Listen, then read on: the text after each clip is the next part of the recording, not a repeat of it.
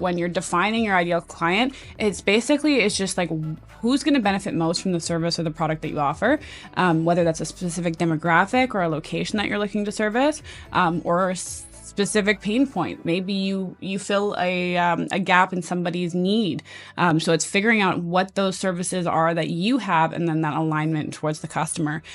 For example, we do a lot with transportation and logistics. So for reefer services, refrigerated transportation, you would want to go after people who particularly need reefer services. So going after someone who sells ice cream or meat products or anything along those lines, like fruit, produce, things like that are typically going to need temperature control, is an ideal customer for you to go after.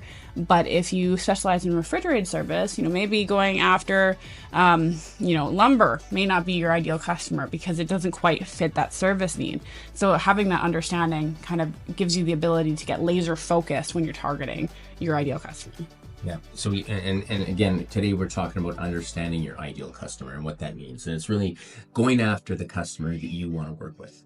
And in order to do that, you have to be capable of, tailoring the services that you offer to meet their needs. And really, it's important to understand your customer's behavior. We get into a few things in order to understand them, and one of them is the behavior patterns. And in order to do that, you want to be able to analyze the data, go in and actually do some research, and you'll find out some of the behaviors that they have, like their peak seasons, preferred delivery times, or the order frequency is really important. Yeah, so I think it's important to understand, you don't want to talk to a customer too long when they're in their peak season. So if they're seasonal and they're having these high peak demands when they're extremely busy, they're very limited for time. So they're not going to really have as much time to spend with you.